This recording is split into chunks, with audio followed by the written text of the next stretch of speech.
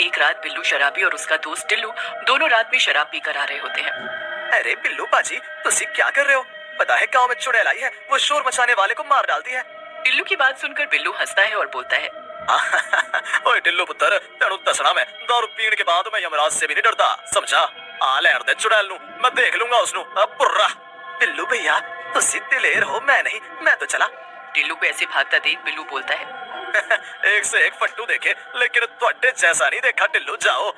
लेकिन बिल्लू के शोर शराबे से चुड़ैल वहाँ आ जाती है और बिल्लू को बोलती है, ऐ शराबी, इतना शोर क्यों मचा रखा है तूने? अब भी मार कर खा जाऊंगी तुझे। चुड़ैल की बात सुनकर बिल्लू बोलता है, हलवा है क्या, मार कर खा जाएगी चुड़ैल? और शराबी क्यों कह रही है? असि पंजाबी हाँ, इन्नी तो हमें गला गीला करने में लगती है, समझी? बिल्लू की इस बात पर चुड़ैल को और गुस्सा आ जाता है और वो बिल्लू को पकड़ लेती है।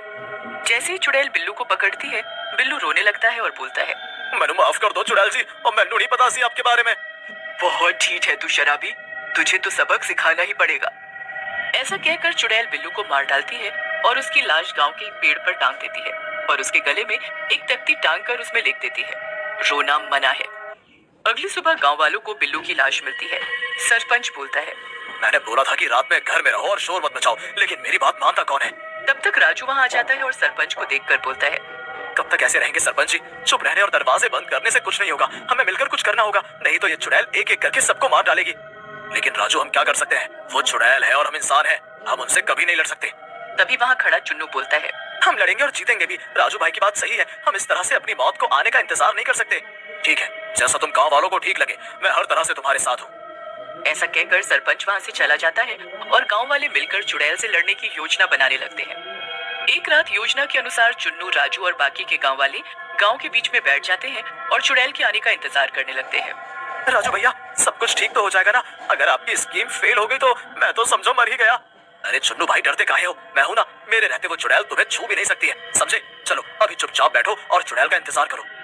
थोड़ी देर बाद चुड़ैल वहाँ आ जाती है और गांव वालों को देखकर हंसते हुए बोलती है, क्या बात है, लगता है आज पूरा गांव एक साथ ही मरने के लिए आ गया है। चुड़ैल को देखकर गांव वाले रोना चालू कर देते हैं। चुड़ैल परेशान और बेचैन हो जाती और चुन्नू की तरफ बढ़ती है।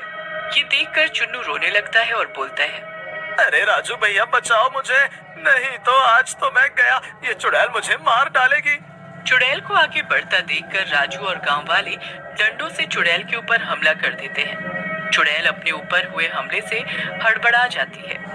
राजू जोर से चिल्लाता है, भागो रे, अपनी जान बचाकर भागो, इससे पहले चुड़ैल संभले, अपने अपने घर में घुस जाओ।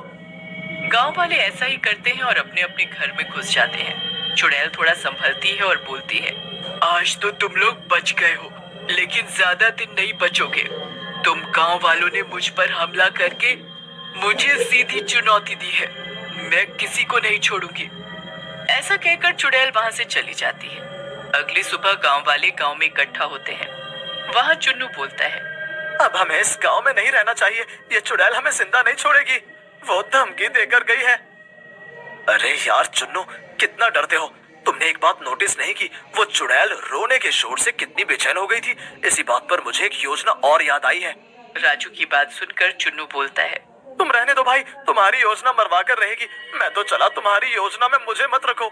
चुन्नू के जाते ही गांव वाले भी वहां से चले जाते हैं। तुम उदास मत हो राजू, मुझे बताओ तुम्हारी योजना क्या है? हमें इस गांव को चुड़ैल से बचाना है। राजू की योजना सुनकर सरपंच जी खुश हो जाते हैं और उसका साथ देने के लिए राजी हो जाते हैं। रात में राजू अकेला ही गांव की चौपाल में आ जाता है और चुड़ैल भी वहां आ जाती है। आज अकेला ही आ गया है तू, लगता है गांव वाले तुझे मरवाना चाहते हैं। लेकिन राजू कुछ नहीं बोलता। लेकिन तभी वहां चारों तरफ बच्चों के रोने की आवाजें आने लगती हैं और ये आवाजें बहुत तेज होती है। चुड़ैल अपना सर पकड़ लेती है, बंद करो इस आवाज को, मुझसे ये बर्दाश्त नहीं हो रही, बंद करो। लेकिन आवाज और तेज हो जाती है। चुड़ैल नीचे गिर जाती है और तड़पने लगती है। तभी वहां चुन्नू, सरपंच और बाकी के गांव वाले भी आ जाते हैं। चुन्नू राजू से बोलता है, अरे राजू भैया, ऐसा क्या किया है आपने जो ये ऐसे तड़प रही है? क्या हुआ इस चुड़ैल को?